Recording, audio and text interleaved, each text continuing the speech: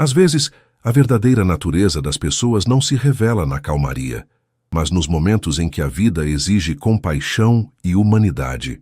Esta é a história de um homem que, em meio ao luto mais profundo, encontrou um novo propósito ao adotar a sobrinha órfã, apenas para descobrir que o preconceito e o orgulho podem estar escondidos sob o sorriso de quem chamamos de família.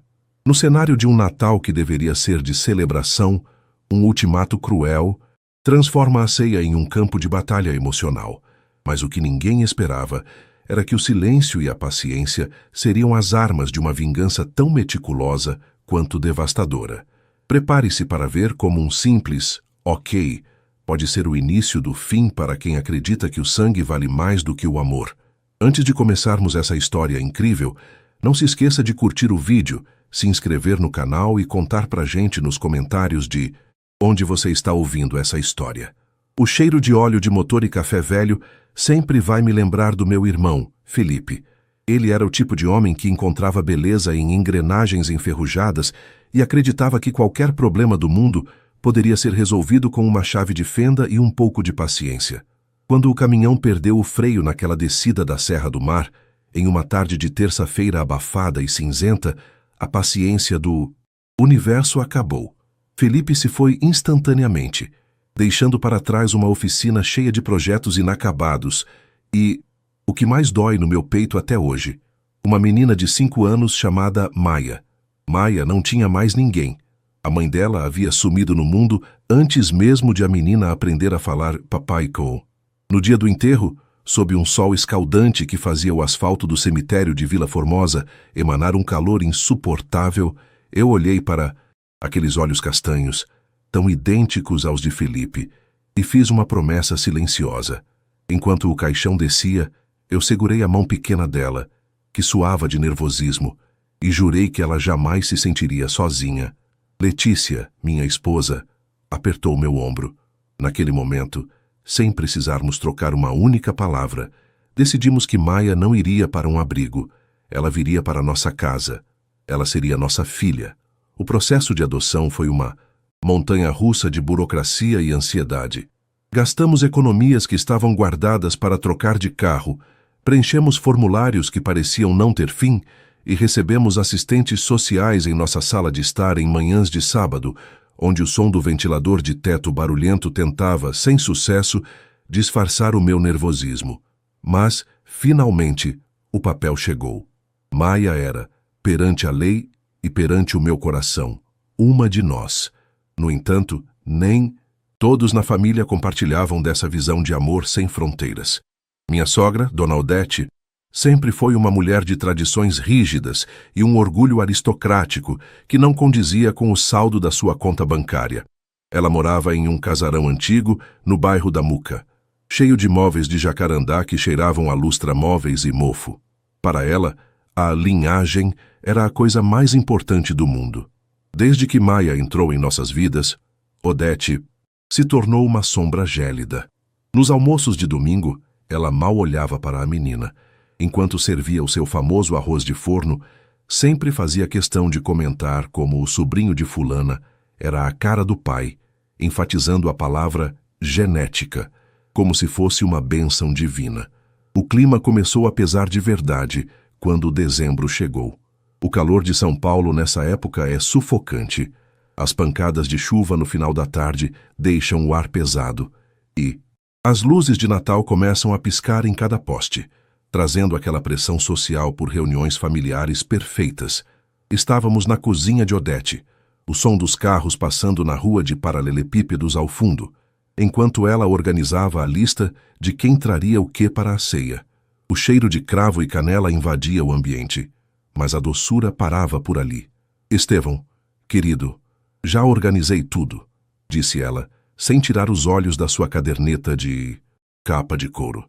Este ano quero a família reunida. Seus cunhados vêm do interior. Os netos estarão todos aqui para a abertura dos presentes à meia-noite.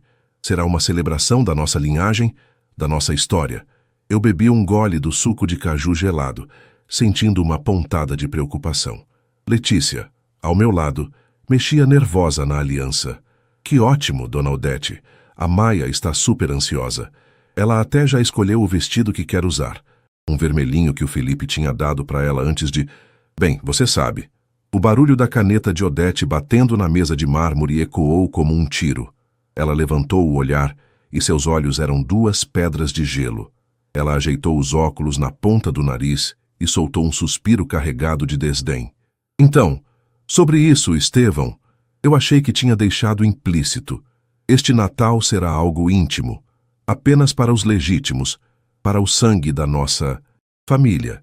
Eu não me sinto confortável tendo uma estranha à mesa em uma data tão sagrada. Não traga sua filha adotada para o Natal. Apenas netos legítimos são bem-vindos na minha casa. Deixe a menina com alguma babá ou na casa de algum vizinho. Ela não pertence a este círculo. O silêncio que se seguiu foi ensurdecedor. Eu conseguia ouvir o tic-tac do relógio de parede na sala, o zumbido da geladeira antiga e a respiração curta de Letícia, que parecia prestes a explodir em lágrimas ou gritos. Eu olhei para Odete e, por um segundo, vi nela toda a arrogância de quem se acha dona da verdade e do destino alheio. Ela achava que Maia era um acessório descartável, um erro biológico que não merecia um lugar no banquete da família. Meu sangue ferveu, mas eu não gritei. Aprendi com o Felipe que, quando um motor está superaquecendo, você não joga água fria de uma vez. Você espera, analisa e age com precisão. Uma calma estranha e perigosa tomou conta de mim. Eu fechei os olhos por um breve segundo, visualizando o rosto doce de Maia, o jeito como ela me chamava de pai, com uma timidez que estava desaparecendo aos poucos, e o vazio que meu irmão deixou. A humilhação que Odete tentava impor à minha filha era a última gota em um copo que já estava transbordando há anos. Entendo perfeitamente o seu ponto, dona Odete, eu respondi, minha voz saindo num tom tão neutro que chegava a ser assustador. A senhora quer apenas os legítimos. Quer que o Natal seja focado em quem a senhora realmente valoriza e em quem tem o seu sangue correndo nas veias. É isso, certo? Ela deu um sorriso vitorioso, achando que eu tinha me dobrado à sua vontade autoritária. Exatamente, meu querido. Fico feliz que você seja um homem sensato. Sabia que entenderia a importância de manter as tradições da família intactas. É para o bem de todos, inclusive da menina, que não se sentiria bem em um lugar onde não se encaixa. Ok, eu disse apenas. Levantei-me da cadeira, fiz um sinal para Letícia, que me olhava horrorizada, e caminhei em direção à porta. Não se preocupe, dona Odete. O Natal deste ano será exatamente como a senhora planejou. Eu garanto que a senhora terá exatamente o que pediu. Saímos dali sob o sol do meio-dia. Letícia começou a chorar assim que entramos no carro, perguntando como eu podia ter concordado com aquela monstruosidade. Eu apenas segurei a mão dela, olhei nos seus olhos e disse, confia em mim. Ela quer um Natal de sangue. Ela vai descobrir que o sangue pode ser muito mais amargo do que ela imagina. Eu já tinha um plano, e ele começaria com um presente que ela jamais esqueceria de abrir. O trajeto da Muca até nossa casa, na Vila Carrão, pareceu durar uma eternidade. O asfalto da Radial Leste refletia o mormaço, criando aquela ilusão de ótica de que o chão está derretendo, e o barulho incessante das buzinas parecia martelar na minha têmpora. Letícia não disse uma palavra durante os primeiros 20 minutos. Ela apenas olhava pela janela, os dedos batendo freneticamente no painel do carro, as lágrimas já secas, formando vincos salgados em seu rosto. Eu sabia que ela estava processando a monstruosidade que acabara de ouvir da própria mãe. Quando finalmente entramos na nossa garagem, o silêncio do carro foi substituído pelo som alegre de Maia correndo pelo corredor. Ela estava com uma tiara de orelhas de rena que piscavam luzes coloridas, um presente que eu tinha trazido da última viagem a trabalho. Papai! Mamãe! Olhem, eu aprendi a música da escola! Ela gritou rodopiando na sala, o sorriso banguela iluminando o ambiente de um jeito que fazia meu coração doer de tanta responsabilidade. Eu a peguei no colo, sentindo o cheiro de shampoo de morango e o calor daquela vidinha que agora dependia inteiramente de mim. Olhei para Letícia por cima do ombro de Maia. Minha esposa forçou um sorriso, um daqueles sorrisos que a gente usa quando a alma está gritando, mas o rosto precisa Ser um porto seguro. Ela beijou a testa da menina e foi para o quarto, sem dizer nada. Eu sabia que ela ia desabar. Mais tarde, depois que Maia adormeceu abraçada a um urso de pelúcia velho que pertencera ao Felipe, eu encontrei Letícia na varanda. Ela segurava uma taça de vinho, observando as luzes da cidade. O ar estava pesado, anunciando uma daquelas tempestades típicas de verão em São Paulo. "Estevão, você enlouqueceu?" Ela perguntou, a voz rouca. "Como você pôde dizer ok para ela? Como você pôde concordar em excluir a nossa filha da ceia de Natal? Eu vi o brilho nos olhos da minha mãe quando você cedeu. Ela sentiu que ganhou a guerra, Estevão. Ela acha que pode ditar quem é família e quem não é." Eu me aproximei, sentindo o vento frio que começava a soprar, trazendo o cheiro de terra molhada. "Letícia, escuta bem o que eu vou te dizer", comecei, mantendo o tom de voz baixo para não acordar Maia. "Sua mãe passou a vida inteira usando a família como uma ferramenta de controle. Ela manipula todo mundo através da culpa e desse status de matriarca da linhagem. Se eu tivesse gritado lá na cozinha, nós seríamos os vilões. Ela se faria de vítima para os seus irmãos, diria que eu fui desrespeitoso e que a Maia é o motivo da discórdia. Eu não vou dar esse gostinho a ela. E o que você vai fazer? Vai deixar a Maia com uma babá enquanto a gente finge que está tudo bem na muca? Eu não vou, Estevão. Eu prefiro passar o Natal na rua com a minha filha do que naquela mesa podre. Nós não vamos para a muca, Letícia. Mas sua mãe não precisa saber disso ainda. Ela quer um Natal de sangue. Ela vai ter. O que ela se esqueceu é que, sem a gente, a engrenagem daquela casa simplesmente não gira. Quem é que contrata o buffet todos os anos porque ela diz que está velha demais para cozinhar, mas faz questão de levar todo o crédito? Quem é que organiza a vinda dos seus irmãos de Rio Preto e paga as passagens para garantir que a casa esteja cheia? Quem é que compra os presentes caros que ela entrega aos netos legítimos como se fossem dela? Letícia me olhou, os olhos começando a brilhar com uma compreensão súbita. Você não vai cancelar o buffet. Eu já cancelei, meu amor. Cancelei o buffet, as passagens dos seus irmãos e até a equipe de limpeza que ela usa para preparar o casarão. Mas eu fiz isso de um jeito que ela só vai descobrir na véspera. E tem mais. Eu reservei um chalé em uma pousada na Serra da Mantiqueira, Campos do Jordão, do jeito que a Maia sempre quis, para ver a cidade do Papai Noel. Vamos nós três. Só nós três. O verdadeiro sangue, Letícia, não é o que está nas veias. É o que a gente dá pela vida do outro. E eu não vou permitir que a Maia passe um segundo sequer respirando o mesmo ar tóxico daquela mulher. Nos dias que se seguiram, agi como um ator de cinema. Quando Dona Odete ligava, eu atendia com uma cortesia quase exagerada. "Já está tudo certo para o Natal, Estevão?" Ela perguntava, a voz carregada de uma superioridade vitoriosa. Fiz questão de polir os talheres de prata da minha avó. Afinal, uma ocasião tão seleta exige o melhor. "E quanto à menina, já resolveu onde ela vai ficar?" "Está tudo resolvido, Dona Odete. Maia estará em um lugar onde ela será muito bem tratada e receberá toda a atenção que merece. A senhora nem vai notar a ausência dela. Garanto que a senhora terá o Natal que pediu. Apenas os legítimos." "Excelente, querido. Você finalmente entendeu o seu lugar nesta família." O dia 24 de dezembro amanheceu com um sol tímido, logo escondido por nuvens carregadas. Enquanto São Paulo entrava naquele caos pré-feriado, com as marginais travadas e as pessoas correndo desesperadas pelos supermercados, nós estávamos terminando de colocar as malas no carro. Maia estava radiante, vestindo o tal vestido vermelho que meu irmão comprara. Ela não entendia a complexidade da situação. Para ela, estávamos apenas indo para uma aventura. Nas montanhas. Deixei um pacote na portaria do prédio da Dona Odete logo cedo. Um presente embrulhado em papel dourado com um laço de fita azul. Dentro não havia joias, nem perfumes, nem nada que ela pudesse ostentar. Havia apenas um cartão e algo que ela só entenderia quando o relógio marcasse a hora da ceia. No cartão, escrevi com minha caligrafia mais firme: "Para a mulher que valoriza o sangue acima de tudo, que o seu Natal seja tão puro e autêntico quanto as suas intenções. Aqui está o seu presente. Pegamos a estrada às 10 da manhã.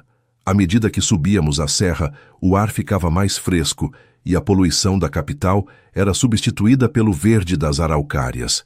Meu celular estava no silencioso, jogado no console do carro. Eu via a tela acender de tempos em tempos. Primeiro, eram mensagens de texto.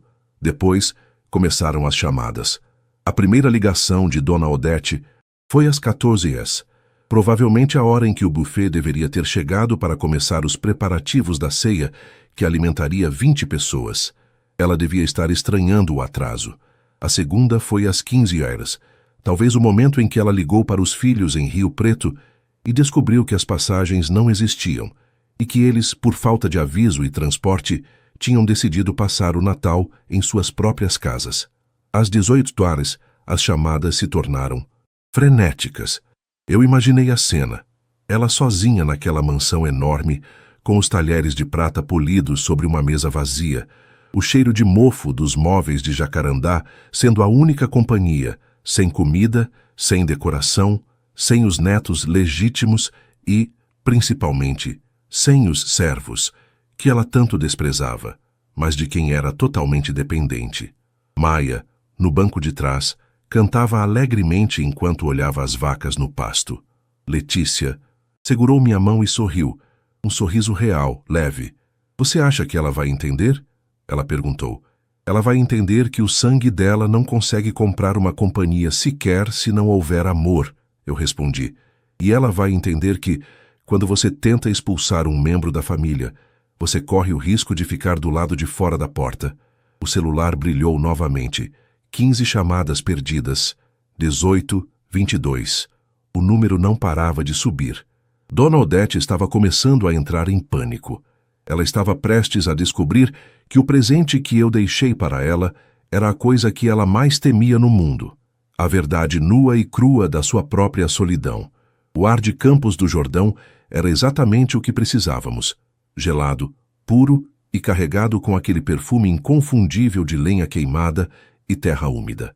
À medida que o carro subia as ladeiras sinuosas, ladeadas por araucárias centenárias que pareciam sentinelas silenciosas, a tensão acumulada nos meus ombros começava a ceder. Por recanto das araucárias, a pousada onde reservei nosso chalé era um refúgio de madeira e pedra, com uma lareira de tijolos aparentes que já estava estalando quando entramos.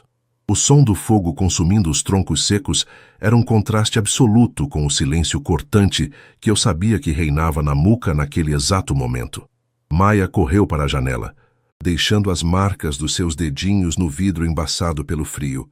"Pai, olha, parece que as nuvens estão morando aqui dentro", ela gritou, fascinada pela neblina densa que abraçava as montanhas. Ver o brilho nos olhos dela, livre de qualquer sombra de rejeição, era o meu maior triunfo. Letícia, por outro lado, sentou-se na beira da cama de casal, tirando as botas de couro. Ela parecia exausta, não fisicamente, mas emocionalmente. O peso de trair a mãe no dia de Natal ainda flutuava sobre ela, uma névoa de culpa que eu precisava dissipar. "Você está bem?" perguntei, sentando-me ao lado dela e pegando suas mãos, que estavam geladas. "Estou... É estranho, Estevão. Passamos a vida inteira sendo os pilares daquela casa, sempre garantindo que ela tivesse o Natal perfeito para que ela pudesse se orgulhar para as amigas e para o resto da família. De repente, perceber que tudo aquilo era sustentado por nós e que ela nos descartaria por causa de um preconceito ridículo. Dói. Mas, ao mesmo tempo, sinto que finalmente posso respirar. Eu não respondi de imediato. Apenas a puxei para um abraço. No console da mesa de cabeceira, meu celular vibrou novamente. Uma luz azulada e persistente cortava a penumbra do quarto. Eu não precisei olhar para saber quem era. Mas, desta vez, eu senti que era o momento de ver o estrago. Peguei o aparelho e desbloqueei a tela. A sequência de notificações era um espetáculo de desespero. 37 chamadas perdidas. Havia também uma enxurrada de mensagens no aplicativo de conversa. Eu comecei a ler, sentindo um gosto amargo de satisfação. A primeira, enviada às 14h15, era autoritária. "Estevão, o buffet está atrasado. Ligue para eles agora e resolva isso. A pontualidade é essencial." 10 minutos depois. Eles não atendem. Que amadorismo é esse? Onde você está que não me atende? Às 16:00, o tom mudou para uma confusão irritada. Seus cunhados disseram que não receberam as passagens. Que brincadeira de mau gosto é essa, Estevão? Resolva isso imediatamente. E conforme a noite caía e as luzes de Natal das outras casas da vizinhança começavam a brilhar, o desespero de Dona Odete atingiu o ápice. As últimas mensagens eram áudios. Eu dei o play no primeiro, no volume baixo. A voz de Odete estava trêmula, desprovida de qualquer rastro daquela arrogância que ela destilara na cozinha dias atrás. Estevão, Letícia, por favor, eu estou sozinha. A casa está um gelo. Não tem ninguém aqui. Eu liguei para os vizinhos, mas todos têm seus planos. Onde vocês colocaram a comida? Por que ninguém veio? Estevão, me atenda, eu imploro. Eu não posso passar o Natal assim. Eu cometi um erro, está bem? Traga a menina, traga a Maia. Apenas não me deixe aqui neste silêncio. Eu senti o olhar de Letícia sobre mim, enquanto o áudio terminava com um soluço abafado. O silêncio no nosso chalé agora era preenchido apenas pelo estalar da lenha. Maia ainda estava na janela, agora tentando desenhar corações no vapor do vidro. Ela chamou a Maia pelo nome. Letícia sussurrou, uma lágrima solitária, escorrendo pelo seu rosto. Ela nunca tinha feito isso. Sempre era a menina ou a órfã. Ela só fez isso porque a solidão é um espelho muito cruel, Letícia. Respondi, minha voz firme. Ela não mudou por amor ou por compreensão. Ela mudou porque percebeu que o sangue dela, aquele que ela tanto preza, não é capaz de cozinhar uma ceia, de comprar presentes ou de lhe fazer companhia. Ela queria um Natal legítimo, sem estranhos. Pois bem, agora ela tem exatamente o que pediu. Ela e os fantasmas da linhagem dela. Eu caminhei até a varanda do chalé, sentindo o vento cortante de dezembro nas montanhas. Olhei para a paisagem escura, pontilhada pelas luzes distantes de outras pousadas. Ali, no meio do nada, eu me senti mais em casa do que em qualquer banquete na Muca. A vingança não tinha o sabor de sangue ou de violência que os filmes mostram. Ela tinha o sabor de uma xícara de chocolate quente em paz. Tinha o som do riso de uma criança que finalmente pertencia a algum lugar. Mas eu sabia que a história não terminaria ali. Uma mulher como Odete não aceita a derrota tão facilmente. Ela tentaria transformar sua solidão em uma arma contra nós, usando o resto da família como jurados em um tribunal de moralidade.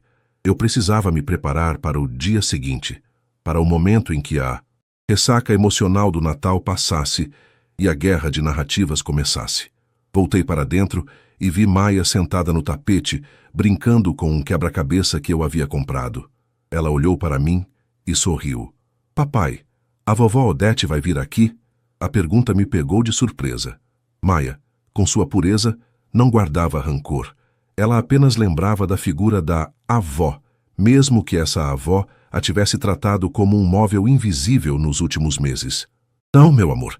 A vovó Odete preferiu ficar em casa este ano. Ela tinha compromissos muito importantes com as tradições dela. Ah, Maia fez um biquinho de decepção por um segundo, mas logo voltou ao brinquedo. Tudo bem. Aqui é mais legal porque tem fogo de verdade e a gente está junto. Aquelas palavras foram como um bálsamo. A gente está junto. Essa era a única legitimidade que importava. No entanto, eu sabia que os cunhados e irmãos de Letícia estariam furiosos. Eles não haviam recebido as passagens, não haviam tido o Natal de graça que sempre tiveram às nossas custas. O telefone de Letícia começou a tocar. Era seu irmão mais velho, Ricardo, um homem que sempre se achou o sucessor do trono da família, mas que nunca moveu um dedo para ajudar a mãe. Eu fiz um sinal para Letícia não atender. Deixe-os, eu disse. Deixe que eles sintam o vácuo. Se eles são tão sangue puro, que encontrem uma maneira de se unirem sem que a gente precise pavimentar o caminho com o nosso dinheiro e o nosso esforço. Hoje, o mundo acaba na porta deste chalé. Letícia desligou o celular e o colocou sobre a mesa, virado para baixo. Ela se levantou e foi até a cozinha compacta do chalé para preparar algo para comermos. O cheiro de queijo derretido e pão tostado começou a invadir o ambiente. Era uma ceia simples, improvisada, mas era a nossa.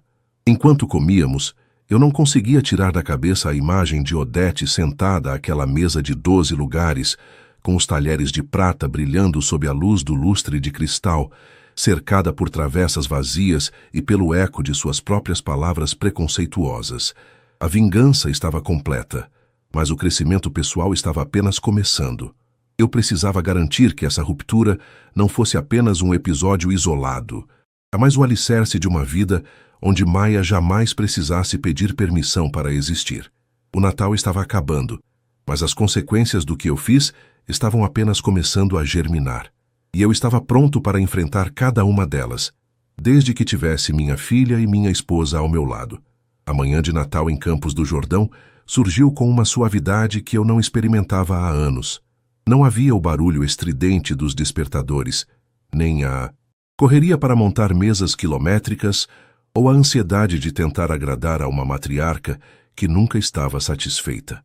Abri a porta da varanda e fui recebido por uma geada fina que cobria o jardim da pousada, transformando a grama em um tapete de cristais que brilhava sob o sol pálido de dezembro.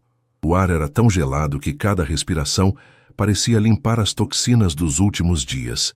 Naquele silêncio absoluto, interrompido apenas pelo canto de alguns pássaros da Serra da Mantiqueira, eu finalmente entendi o que era a paz. Maia acordou logo depois, pulando na nossa cama com uma energia que só uma criança que acredita em magia possui. "Papai, olha o que eu ganhei!" ela exclamou, segurando um kit de desenho que eu havia escondido sob a mesa de centro. Ela passou a manhã inteira sentada no tapete, pintando árvores azuis e sóis roxos, completamente alheia ao caos que eu havia desencadeado na capital. Letícia e eu tomamos café na cozinha do chalé. Pão na chapa feito na chapa de ferro, queijo canastra derretido e um café coado na hora que perfumava todo o ambiente. Era um Natal de simplicidade, mas de uma riqueza que o dinheiro de Odete jamais poderia comprar. No entanto, o mundo digital não perdoa. Quando finalmente liguei a internet do celular, o aparelho quase travou com a quantidade de notificações. O grupo da família tradicional, como Odete gostava de chamar, estava em chamas. Ricardo, o irmão mais velho de Letícia, tinha enviado dezenas de mensagens em tom de indignação. Ele e os outros irmãos estavam furiosos porque as passagens de ônibus e as reservas de hotel que eu sempre pagava, como um agradecimento implícito por me deixarem fazer parte do clã, simplesmente não existiam.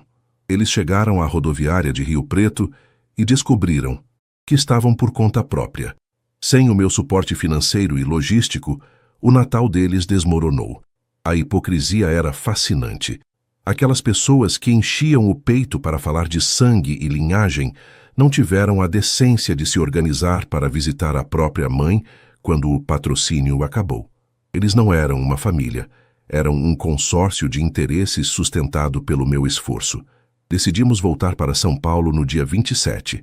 O trajeto de volta foi tranquilo, com Maia dormindo no banco de trás, abraçada ao seu novo estojo de lápis de cor. Mas eu sabia que a jornada só terminaria quando eu olhasse nos olhos de Odete uma última vez. Não por ódio, mas por encerramento. Deixamos Maia na casa de uma grande amiga nossa, alguém que ela chamava de tia por escolha, não por DNA, e fomos até o casarão da Muca. O bairro, com suas ruas largas e sobrados antigos, parecia melancólico sob o céu cinzento de fim de ano. Quando estacionei em frente à casa de Odete, notei que as luzes de Natal da fachada estavam apagadas. Algumas guirlandas tinham caído com o vento e balançavam tristemente no portão de ferro. Entramos com a nossa chave, que ela nunca pedira de volta. O cheiro de lustramóveis e mofo parecia mais forte, talvez porque o ar estivesse estagnado. Encontramos Odete sentada na poltrona da sala de estar, a mesma onde ela costumava dar suas ordens. Ela parecia menor, mais frágil, envolta em um xale de lã, mesmo com o calor abafado da tarde. Na mesa lateral, o pacote dourado que eu deixara estava aberto. O cartão que escrevi estava caído no chão. "Vocês vieram", ela disse, a voz fraca, sem olhar para nós. Viemos buscar o que restou da nossa dignidade, Dona Odete.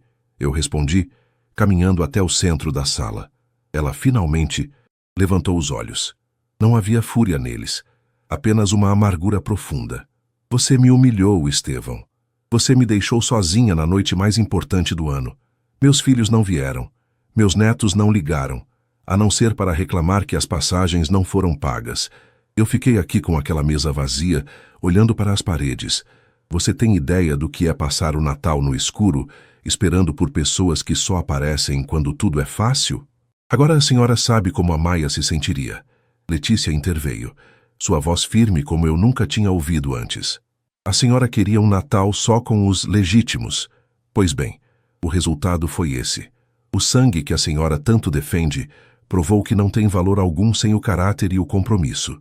Os seus filhos legítimos não moveram um dedo para estar com a senhora, porque a senhora os criou para serem como a senhora.